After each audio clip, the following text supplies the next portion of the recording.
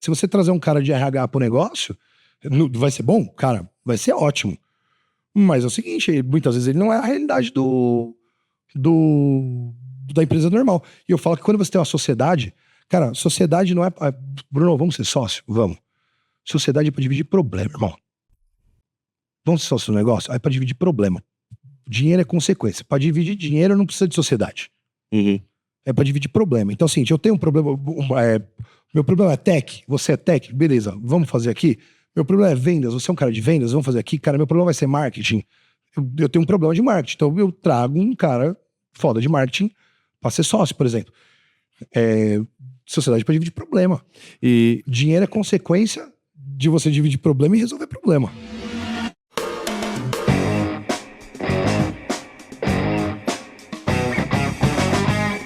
Fala pessoal, tudo bem? Bem-vindos de volta.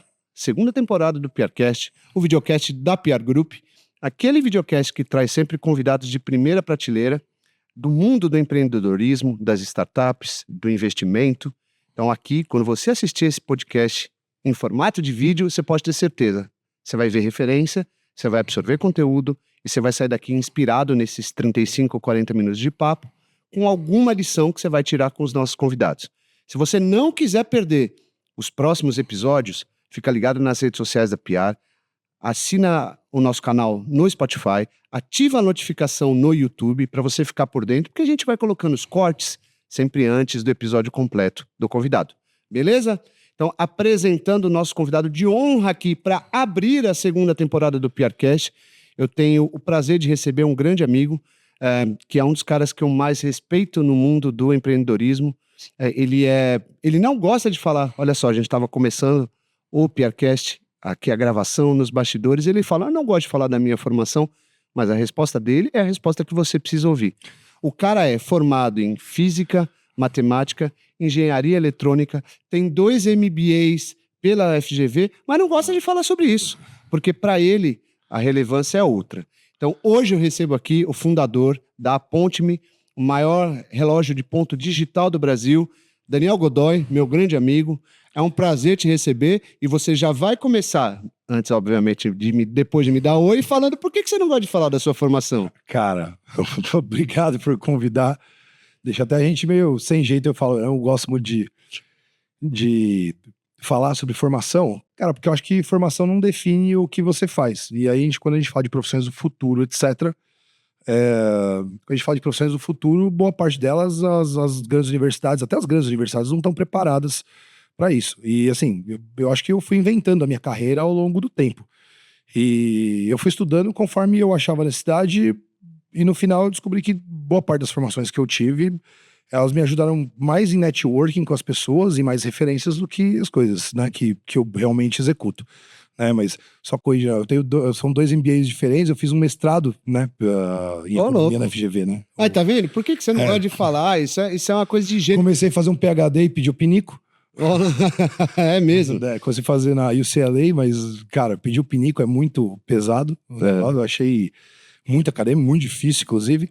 Mas, cara, tudo que eu fui estudando, na verdade, boa parte teve a ver com poder discutir, às vezes, do mesmo nível sobre processo de educação. E eu acho que a educação brasileira, no geral, ela é ruim. Então, toda vez que eu era graduado e tinha um MBA, alguém me perguntava, pô, mas você critica o processo de educação? Cara, critico. Mas você tem o quê? Cara, sou formado em engenharia e tenho MBA. Mas você nunca fez um bacharel, uma licenciatura. Eu fui lá, fiz um bacharel, uma licenciatura em física e depois matemática. E aí, quando eu ia discutir sobre educação, a pessoa pegava e falava pra mim assim, não, mas aqui pra você poder discutir educação, você tem que ter um mestrado. Eu fui lá, fiz um mestrado. E aí eu vou discutir com alguém e falar que não era o suficiente, foi aí que eu inventei de querer fazer um PhD. Mas aí que tá vendo? Eu vou começar o nosso papo aqui por uma pergunta que você não esperava, mas que é legal pra saber, porque o grande público que assiste o PRcast é de empreendedor. E você é um cara que está empreendendo há 9 anos. A Aponte-me tem 9 anos de existência. A Aponte-me tem 9 anos, mas eu já empreendo desde... Assim, meu primeiro CNPJ já tinha 18 para 19 anos, mas antes eu já... Ou seja, quase 20 anos nessa jornada. Então a minha pergunta vai por aí. Por que para o empreendedor, ou por que o mercado tem essa dificuldade de se aproximar da academia, ou ao contrário, por que que a academia não oferece o conhecimento que o empreendedor precisa ter para essa jornada? Você sentiu essa dificuldade? Você já falou sobre isso. E para os caras que estão assistindo a gente, por que que eles não devem se fiar ao que só sai da academia? Vamos lá, né? Primeira coisa é que eu não sou contra as Sim, formações. mas por que que ele não deve se fiar só a isso? Assim, o primeiro é que a universidade ela não é feita para formar empreendedor, ela é feita para formar mão de obra qualificada. E hoje eu acho que ela faz mal isso. Ela não faz isso tão bem. A grande parte não faz bem, né? A gente pega e pensa. Hoje eu vou falar que eu sou uma pessoa que sou muito mais a favor de você incentivar as pessoas a terem um curso técnico, né? Então, Senai, Senac, entre diversos outros que você tem, porque a pessoa faz um colegial técnico, um ensino médio com técnico, né? E aí a pessoa com 18 anos, ela sai com uma profissão. Hoje, a maioria das pessoas terminam o ensino médio lá com 18 anos, aí, cara, por diversas razões, às vezes usa algum programa do governo, até às vezes para você poder entrar numa faculdade particular, etc. A pessoa acaba se formando lá com 22, 23 anos. E é quando ela vai entrar pro mercado de trabalho de verdade com 22, 23, 25 anos. E tá mal preparada, ela não tem experiência. Quem tem condição de não ter que trabalhar, por exemplo, só estudar, ela chega no mercado totalmente despreparada. Eu vejo isso nas entrevistas que a gente faz, muitas vezes, pro próprio Ponte-me, né? A graduação não prepara. E aí, pra gente entrar então no mundo da Ponte-me agora, que eu acho que é interessante, usando essa sua jornada de empreendedor, o mercado de RH ele evoluiu muito, né? Principalmente Muito. Com a chegada de novas tecnologias e por aí. E com essa evolução do mercado de RH, a gente tem 3 vertentes dentro do RH, né? Eu não lembro os nomes, me ajuda aí. A gente tem o RH... O RH tradicional, né? O RH tradicional, ele tá desde sempre aí, ele sempre foi responsável pela parte de operação, recrutamento, muitas vezes ele era chamado, quando ele só era lembrado em grandes empresas quando você tinha processos de demissão, né? E aí, demissões em massa, a gente vai trocar a nossa base daqui de São Paulo para Quiprocó da Judéia. Aí a gente vai lá mudar para lá. Cara, como que a gente vai fazer para mudar essas pessoas? Quem que vai, quem que não vai? Cara, nós vamos demitir e fazer um pacote. Ok, está esse pacote, vocês lembram? Você vai lembrar que toda vez que a gente tem algum tipo de crise, o pessoal tem uma contratação. Desculpa. Toda vez que a gente tem uma crise, você tem um pacote junto com o sindicato para nós vamos dar curso para os caras da tal, porque nós vamos ter uma demissão em massa. Isso era comum. O RH era chamado muito nisso. Há alguns anos, acho que uns bons anos, acho que desde que eu entrei no mundo de RH, né, falando de Ponte-me e tal, eu ouço falar do RH estratégico. Tá. Né? Então, já tem aí 10 anos aí tranquilo que o RH estratégico é um negócio que veio forte. O que o RH estratégico faz? Ele começou a pensar em formar lideranças, né? Não era mais trazer um cara de fora. Qual que vai ser melhor? Vai ser trazer um cara de fora? Vai ser treinar? Vai ser desenvolver as equipes? Cuidar de cultura da empresa? É um negócio que eu acho que vem falando nos últimos 2, 3 anos. O pessoal começa a falar de cultura, né? E a gente tem hoje o RH tecnológico, porque antes era um especialista de RH, um diretor, um gerente de RH, que era um cara foda de pessoas, falando disso. E ele começou a ter voz nas grandes corporações, né? Isso não é realidade para pequena e média empresa. E aí, hoje, esse cara, a gente tem a terceira fase, que eu acho que é um RH tecnológico, né? Que é onde começou a se usar tanto IA generativa, que hoje é de fácil acesso para essas empresas, elas começam a tratar bem isso aí, né? E começam a ter alguns resultados melhores, criando treinamentos, por exemplo, personalizados para cada área, né? Criando, muitas vezes, até ajudando, eu já vi gente usando para fazer política de cargos e salários, né? Então o cara subiu uma tabela lá de cargos e salários e o cara usava IA para poder, como é que ele fazia um plano de carreira em cima de cada uma. Até a descrição de vaga. Cara, se você pegar e falar assim, cara, eu preciso contratar um analista de videomaker. Você joga ali no chat GPT e você tem uma resposta. Você joga num chat GPT para pegar e falar assim, cara, quais são as competências que esse cara tem que ter? Quais são os papéis e responsabilidades dessa pessoa? Porque se você pegar aquele... tem uma lista que é do governo, um negócio que é um tipo um código de atividade de cada... Sim.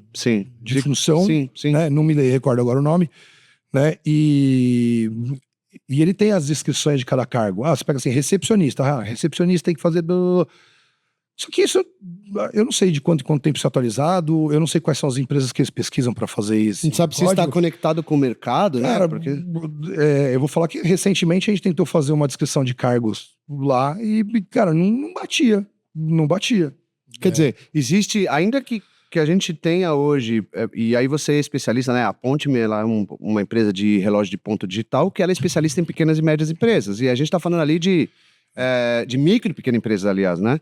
A gente está falando ali de mais de 90%. Cara, se eu não me engano, os dados, acho que esses dados são do Sebrae, 95% das empresas são consideradas micro ou pequenas empresas, a gente tem alguma coisa em torno de 4, 5% que são médias empresas, né? E só 0,3% são empresas grandes, né?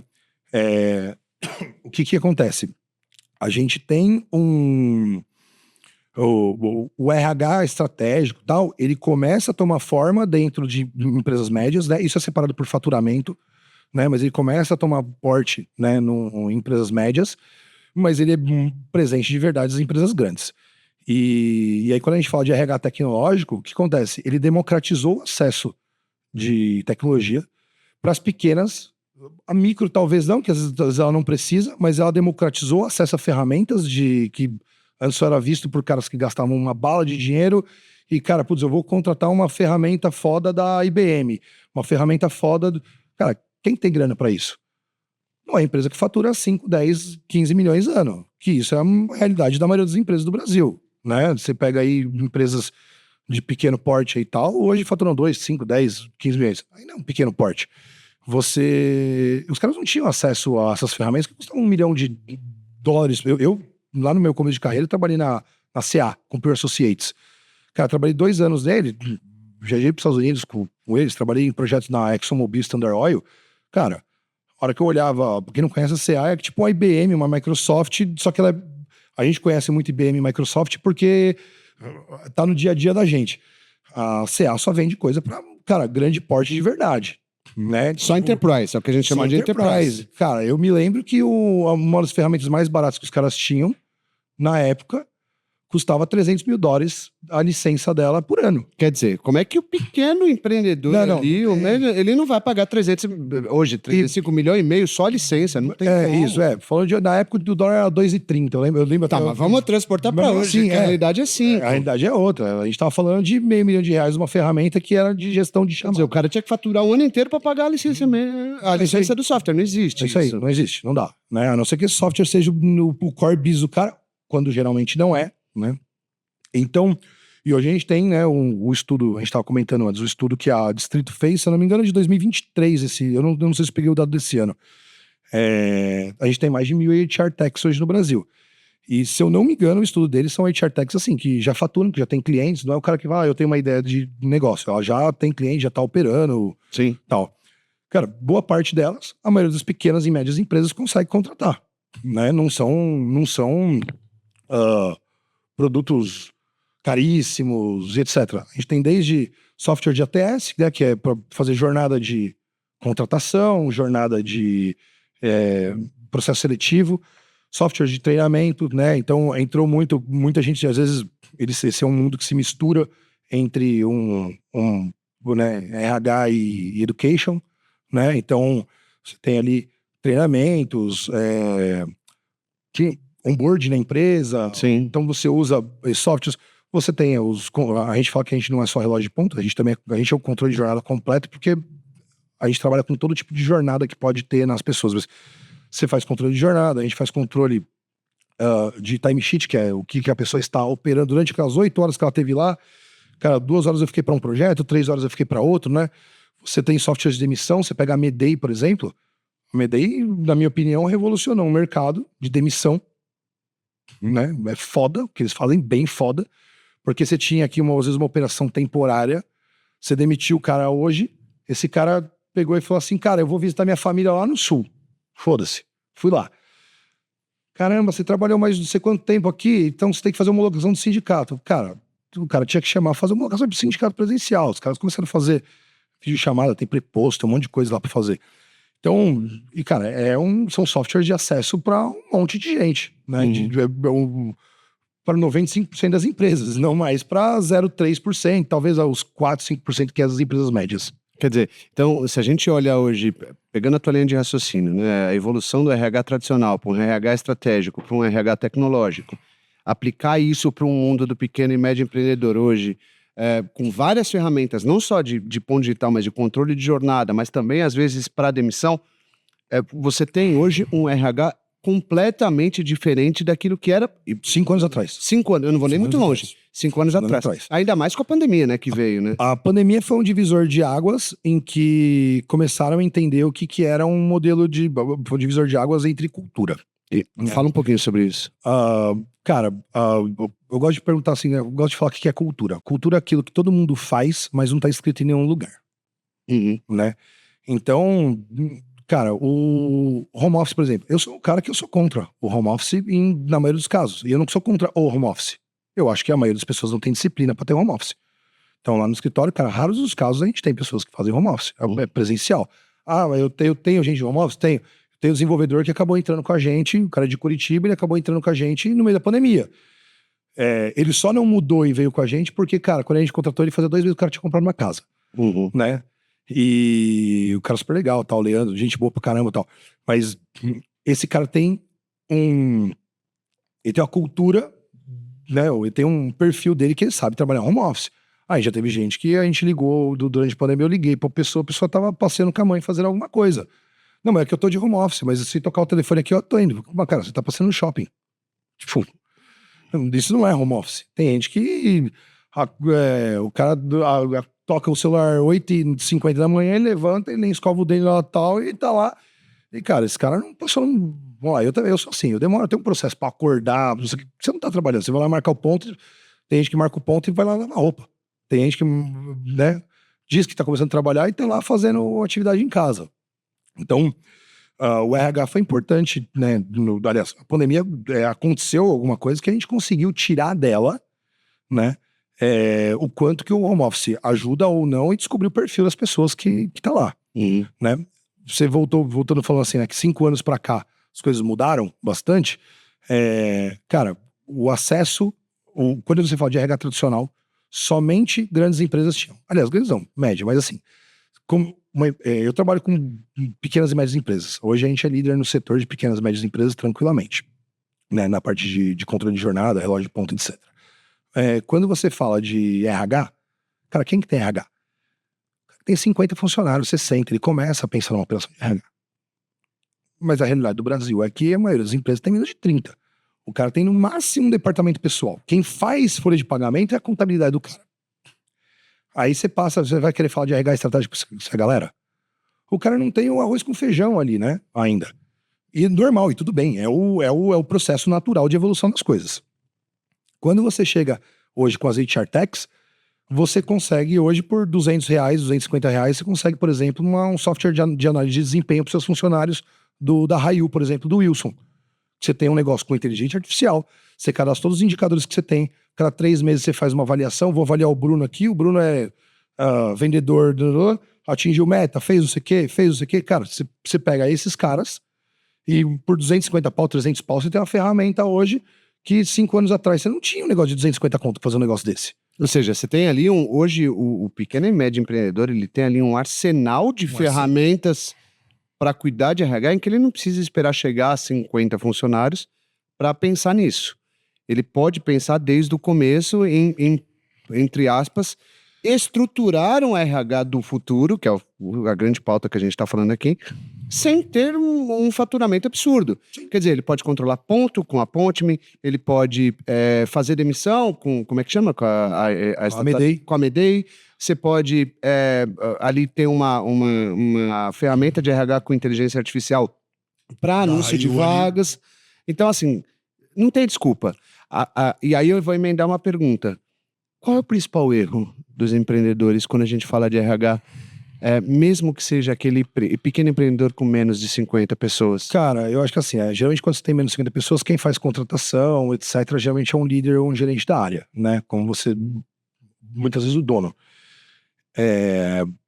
Eu sempre falo que a gente sempre contratou por competência E a gente sempre demitiu. Todas as pessoas que a gente, até hoje, que a gente demitiu, foi por cultura.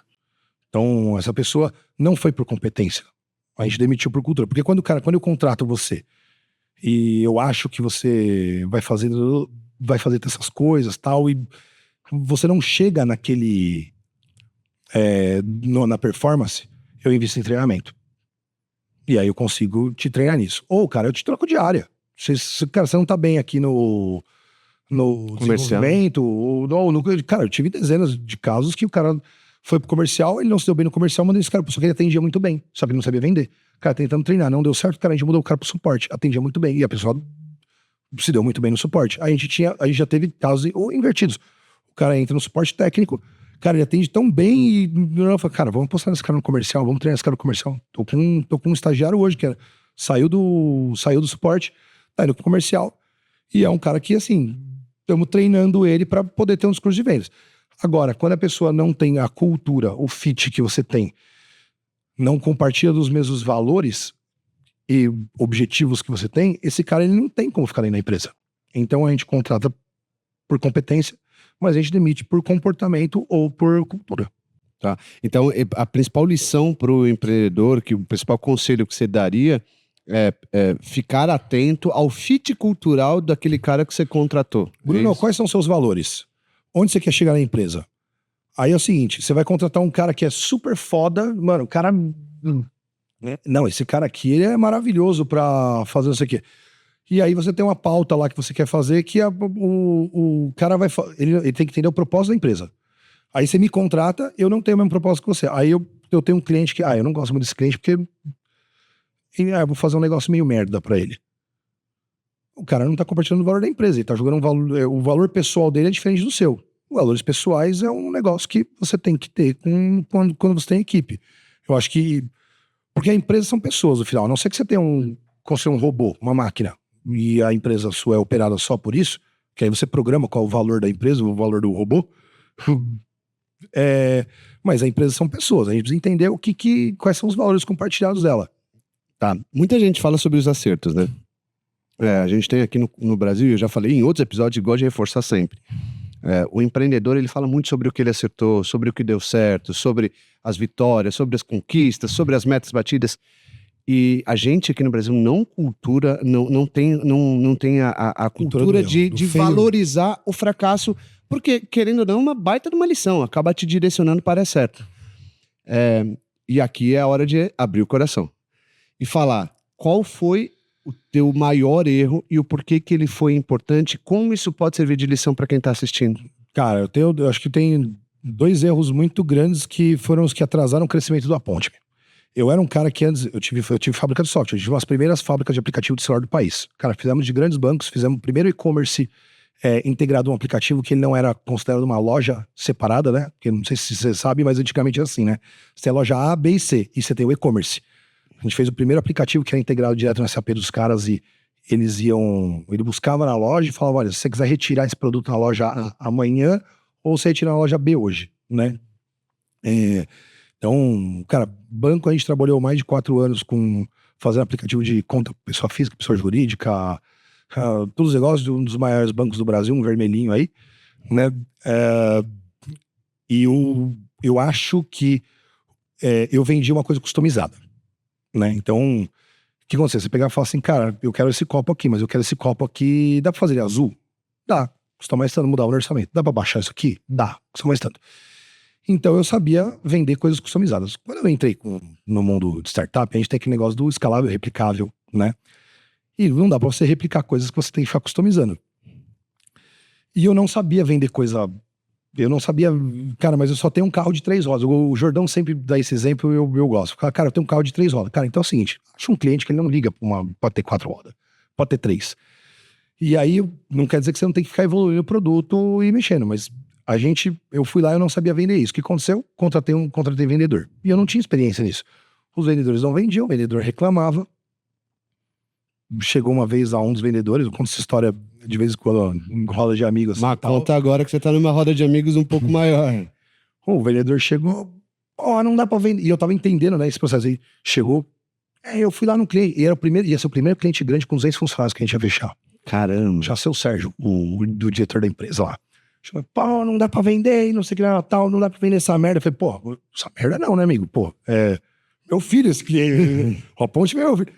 Pô, por que não dá pra vender? O cara tinha empresa de prestação de serviço em São Caetano, tinha em torno de 200 funcionários, essas prestações de serviço, portaria, limpeza, segurança.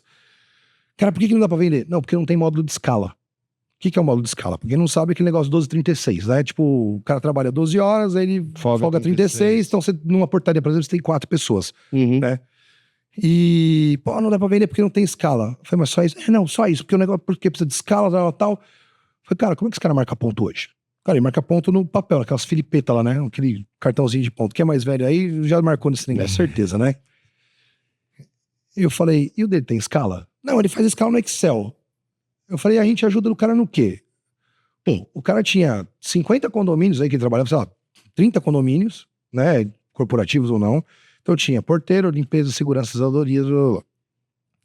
O cara faz o papel. Ele começa a fechar o ponto no dia 20, pra poder pagar a galera no dia 2. Por quê? Porque eram 200 pessoas, ele tinha 3 pessoas no RH, os caras ficavam 10 dias só fazendo isso. Fazendo conta e não sei o que. Esse cara faltou. Tudo manual. Tudo manual. Falei, cara, com ponto eletrônico o cara vai gastar. Na época, um tablet custava 150 pontos, pra você ter uma ideia, né? Um tablet. O cara vai colocar um tablet 3G, era 250. Ele vai colocar um tablet lá, em cada um dos caras. Ele vai coletar automatizado, ele vai fechar isso aqui. Lá. Ah, mas e a escala? A escala aí fecha do jeito que ele tá. Cara, a gente resolvia 200 mil problemas pro cara. Falei, mano, marca uma reunião com o seu Sérgio de novo, vamos lá. Falei com o cara, cara, a gente resolve isso. Já na segunda reunião, o cara aceitou, né? Mostramos tudo pra ele. Aí ele falou assim, não, mas não tem escala. Eu falei, você tá em escala como hoje? Não, eu faço no papel. Eu falei, continua fazendo porra no papel. Quando eu terminar esse módulo de escala, eu te dou de brinde. Ele te dou de presente. Você vai ser o primeiro cara a testar a escala. Parou. Ele é verdade. Eu falei, cara, olha o tanto de custo que eu tô te reduzindo aqui. E querendo ou não, cara, o mercado tem um pouco de fraude de um cara cobrir outro, assim. Eu não vou chamar de... tecnicamente é fraude. Mas assim, sim. Pô, Bruno, não vai dar pra eu ir hoje aí disso aqui. Me cobre aí. Me cobre aí. E o supervisor nem fica sabendo. Então, cara, eu tive que aprender a vender primeiro. Eu tive que aprender a fazer o que eu tinha que fazer toda vez. O marketing. Cara, pra ter um marketing, eu comecei a estudar o marketing. Comecei a fazer. Fiz uma pós em marketing pra isso. Eu fui lá pra poder entender gestão do marketing. Não é curso de tráfego, mas pra poder cobrar as pessoas. Então, e treinar do seu jeito. Então, cara, o maior erro é eu querer contratar alguém pra resolver um problema qual eu não sabia resolver. Ou seja, não passou por um vendedor, assim. Quer dizer, essa história é mais bonita, mais floreada, assim, tal, né? Mais impactante. Mas eu tive 10 histórias dessa. Entendi. É que assim, isso é muito interessante, porque o teu erro traz um ponto que às vezes a grande maioria dos empreendedores comete, que é, vou colocar o bloco na rua para vender, mas você não sabe o que você vai entregar. Você não sabe o que você precisa entregar. Então, às vezes, o que você acha que é uma solução, não é uma solução. E isso acho que a maioria das startups comete esse erro naquela ânsia de querer colocar o carro na rua e sair para vender logo, para gerar atração. Isso é muito importante, você compartilhou. Ao mesmo tempo... O CEO, o fundador da empresa, ele tem que ser o primeiro vendedor. Se você... Por exemplo, quantas pessoas você conhece... Olha só, quantas pessoas você conhece que tem uma ideia de negócio? Não, eu tenho uma ideia, até parece maravilhosa. E ele não tem Ele falou, não, mas é que eu preciso de um programador. Cara, e quantas pessoas você conhece que começaram a fazer isso? Foi numa empresa de software, o cara pegou e não entregou nada pra ele. Só engambelou o cara. Um monte. O cara precisa de um sócio que é programador, pelo menos um cara que entende tecnologia pra poder avaliar o fornecedor. Você acredita nessa história da tríade do empreendedor, de ter que ter um cara de negócios, um cara de programação mais técnico e um cara de mais marketing, mais financeiro? Mais financeiro. Tríade. Cara, o financeiro, o técnico e o gestor, você acha que isso é importante na sociedade? Se você não tem as 3 coisas, geralmente é um pouco difícil. Por exemplo, eu sei programar. Eu não sou programador. Faço meus negócios de vez em quando, quero fazer uma automaçãozinha aí e tal, eu apanho um pouco, aprendi na faculdade de programação, mas cara, eu nunca fui programador, eu odeio inclusive, mas eu odeio programar, porque eu tenho um problema de enroscar algumas coisas. Hoje ChatGPT resolveu meu problema, eu vou lá, eu meto a porra do código lá, e às vezes é um ponto e vírgula que faltou numa merda que não compila, né? E aí você perdeu 3 horas nisso aí, então eu começo a ficar irritado. Entendi. Filha da puta, era só um ponto e vírgula. Era um ponto e vírgula. Né? E aí o que acontece? a tríade, né, que você fala. Eu acho que Financeiro, gestor e o técnico o principal de programação. pra mim é claro, assim, né? Vendas e o técnico. Ah, mas o financeiro, cara, se você não se organizar, o financeiro eu acho que ele veio um pouco atrás, não fiquem bravos comigo, tá? Por aqui isso aqui. por favor, não fiquem bravos comigo, mas é uma coisa que talvez o básico você comece fazendo primeiro, mas você vai precisar de um cara financeiro bom depois. O Rafa era CTO na empresa, né? Você conhece o Da Ponte, claro. E hoje ele assumiu o papel de CTO e CFO. Faz 6 meses que a gente tem uma sei lá, primeiro metade desse ano foi automação de um monte de processos financeiros, porque a gente queria que tivesse um ajuste fino ali na parte, cara, emissão de boleto, emissão de nota, etc., que a gente tinha um processo às vezes manual que demorava 3 dias para fazer. Não manual, ele era meio automatizado, mas dependia de alguém fazer, não sei o que, tinha humano.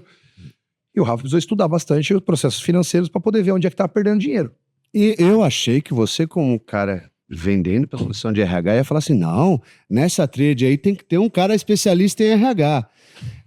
Mas é uma brincadeira. Então, mas se você olhar a grande realidade do Brasil, não é essa. Se você trazer um cara de RH pro negócio, vai ser bom? Cara, vai ser ótimo. Mas é o seguinte, muitas vezes ele não é a realidade da empresa normal. E eu falo que quando você tem uma sociedade, cara, sociedade não é... Bruno, vamos ser sócio? Vamos. Sociedade é pra dividir problema, irmão.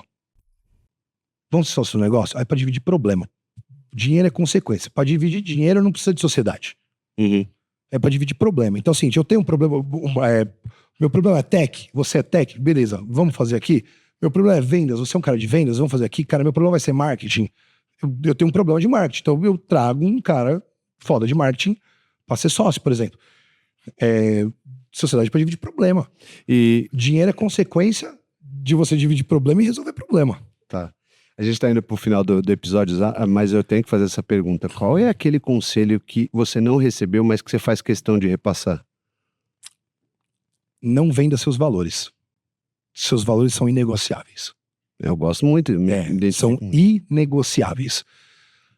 Ah, mas não sei o que, vamos... Eu falo assim, né? Ah, não sei o que, vamos vender pra governos. Aí chega o cara lá e fala, não, eu te ajudo aqui e tal. E, cara, a não ser que você seja uma pessoa sem valor, né? Eu lembro que tinha um slogan de um filme brasileiro, do meados dos anos 2000, era todo mundo tem seu preço, e uns não valem nada, né?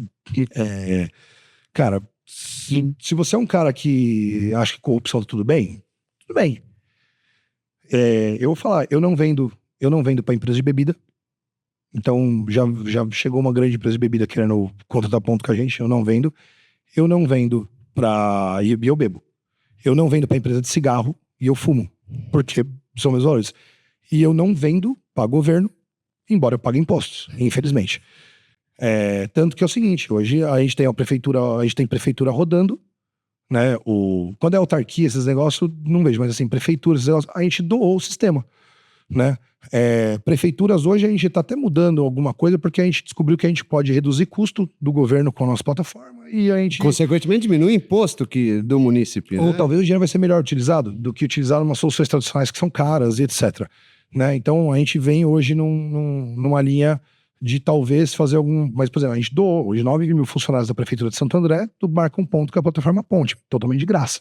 Que legal. Né? Porque eu acho que é um papel da gente ter reduzido fraudes que tinham lá atrás, fazer a galera marcar ponto de forma mais assertiva, deixar o RH da Prefeitura mais eficiente, né? Então, mas valores são inegociáveis, cara. Você vai falar agora direto pro coraçãozinho do profissional de RH. O que você tem que falar para esse cara, para ele se antenar para o RH do futuro? Se você quiser olhar para a câmera, o profissional de RH pode estar te assistindo aí. Cara, hoje cultura acho que é um negócio que a gente precisa estar antenado. Acho que a cultura hoje você precisa olhar muito pro profissional e ver quanto que esse cara agrega aí, se esse cara tem afinidades com os valores da empresa, com o objetivo da empresa, etc. Não dá mais pra gente ficar contratando mais profissionais que estão somente com... tem um caráter técnico muito bom, que tem um currículo incrível e que a gente pode fazer... Ele vai fazer uma entrega, uma produção, etc. a longo prazo, a médio e a longo prazo, esse cara não pode não ser bom.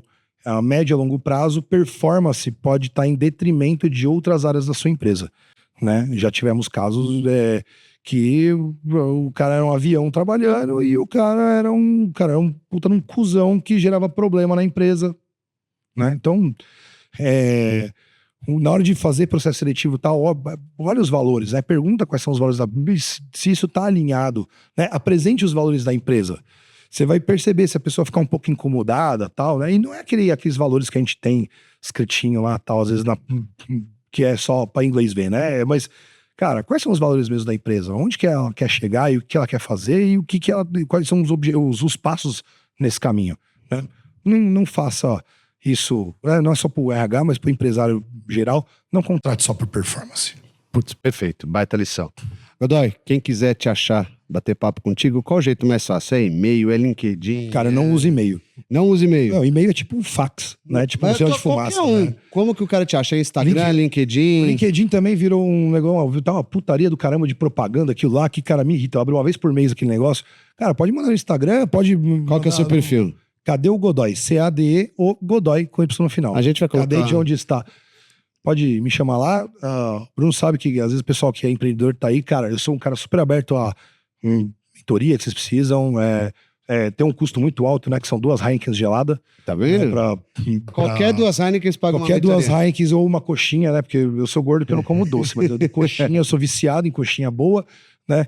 Então, só precisa de mentoria, bate-papo, processos de vendas, etc. Cara, eu sento, eu vou na sua empresa, eu te ajudo a montar, cara, não sou consultor, então eu não cobro, né? O cara que fala que é mentor e cobra, pra mim ele é consultor. O mentor pra mim é sentar do lado e vamos trocar uma ideia e vamos te ajudar nisso aqui. É isso. Cara, queria te agradecer. Baita de mais de meia hora de ensinamento, de lição, de visão de futuro do RH. Foi um prazer ter você aqui, é uma honra. Pô, eu tô bem honrado com você me convidando aí pro episódio de estreia, né? Imagina a responsabilidade. Não, mas tem que ser gente da primeira prateleira. Quem é o melhor cara que eu conheço de RH para falar de RH? É você. Então, obrigado mais uma vez, foi um prazer ter você aqui. Você que está assistindo o PRcast, o episódio de estreia da segunda temporada, fique ligado, porque tem muita gente bacana ainda que vai passar por essa bancada, por esse microfone. Assine todas as notificações, tanto de YouTube quanto de Spotify. Fique ligado nas redes sociais da PR para saber quem vem por aí. Acompanhe a gente. Se tiver qualquer dúvida, mande no contato, ou do convidado ou da PR. A gente está por aqui também. Obrigado pela companhia até aqui. Um abraço e até a próxima. Tchau.